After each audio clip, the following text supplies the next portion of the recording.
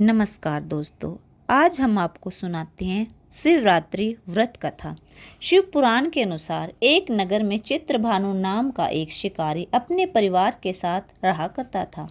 उस पर साहूकार का बहुत कर्ज था। कर्ज न चुकाने पर उसे साहूकार ने बंदी बना लिया। उस दिन शिवरात्रि थी। वो भूखा प्यासा रहा और दिन भर भगवान शिव का स्मरण करता रहा। शाम को साहूकार ने चित्रभानु को छोड़ दिया और एक दिन के अंदर कर्ज चुकाने को कहा और फिर चित्रभानु उसी हाल में जंगल की ओर चला गया ताकि कोई शिकार मिल जाए। रात हो गई थी और कुछ भी हाथ नहीं लगा था। एक तालाब के पास एक पेड़ पर चढ़ गया। थोड़ा पानी लेकर वो एक पील का पेड़ था। उसके नीचे एक शिवलिंग थी। इस बात का उसे पता नहीं था क्योंकि वो शिवलिंग बेल पत्रों से ढकी हुई थी। उसने दिन और रात कुछ नहीं खाया। इस तरह उसका शिवरात्रि का व्रत हो गया। रात और होने लगी। एक हिरनी तालाब में पानी पीने आई। वो गर्भवती थी। उधर मौका देखकर चित्रभानु ने धनुष बाण तैयार करके चढ़ाया। उसके हाथ से थोड़ा पानी और कुछ बेलपत्र शिवलिंग पर जा गिरे। तभी हिरनी की भी नज़र उस शिकारी पर पड़ गई। तभी हिरनी ने चित्रभानु से कहा, मेरे पेट में बच्चा है और जल्द ही होने वाला है। मैं बच्चे को जन्म देकर इसी स्थान पर फिर आ जाऊंगी। तब तुम मेरा शिकार कर लेना। अभी शिकार करोगे तो तुम मेरे बच्चे को भी मार डालोगे। शिकारी उसकी बात मान गया। उसने हिरनी को वापस जाने दिया। उसी बीच पेड़ के और बेलपत्र शिवलिंग पर जा गिरे, जिससे उसकी रात्रि की प्रथम पहर की पूजा हो गई। कुछ समय बीता। एक और हिरनी वहां से जा रही थी। चित्रभानु ने उस पर निशाना साधा।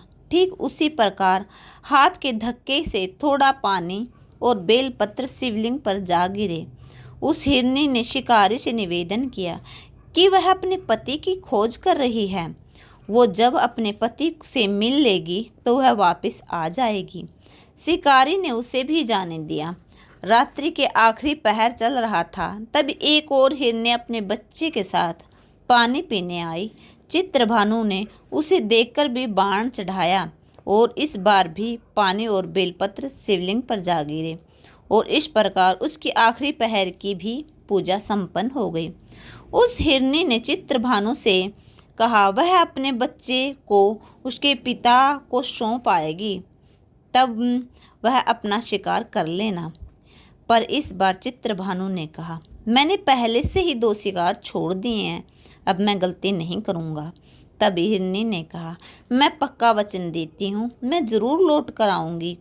हिरनी के ऐसा कहने पर चित्रभानु ने उसे भी छोड़ दिया और इस प्रकार शिकारी की शिव पूजा और रात्रि जागरण अनजाने में हो गया। और फिर सुबह हो गई। वहाँ से एक हिरन गुजरा और शिकारी से कहा, अगर तुमने 3 हिरन और उसके बच्चों को शिकार से मार दिया है तो तुम मुझे भी मार डालो, क्योंकि वह मेरा परिवार था। लेकिन यदि तुमने उसे छोड़ दिया है तो मुझे भी जाने दो। मैं उनसे दोबारा मिलकर यहाँ आ जाऊँगा और तुम मेरा शिकार कर लेना। इस प्रकार शिकारी ने पूरी रात की घटना हिरन को बताई। उसने हिरन को भी जीवन दान दे दिया। शिवरात्रि की व्रत करने और अनजाने में भगवान शिव की पूजा करने से चित्रभानु का मन निर्मल हो गया और वो पाप रहित हो गया। कुछ समय बाद वो हिरन अपने पूरे परिवार को साथ लेकर शिकारी के पास आ गया कि वो उसका शिकार कर ले और उनका वचन पूरा हो जाए। हिरन और उसके परिवार की वचनबद्धता देखकर चित्रभानु बहुत हैरान हुआ। आत्मगिलानी के कारण चित्रभानु ने उस परिवार को जीवन दान दे दिया। अनजाने में ही सही, शिवरात्रि का व्रत करने से चित्रभानु को पुण्य लाभ प्राप्त हुआ और उसकी मृत्यु के बाद शिवगण उसकी आत्मा को अपने साथ शिवलोक ले गए। तो ये थी हमारी महाशिवरात्रि की व्रत कथा। जय शिव शंकर।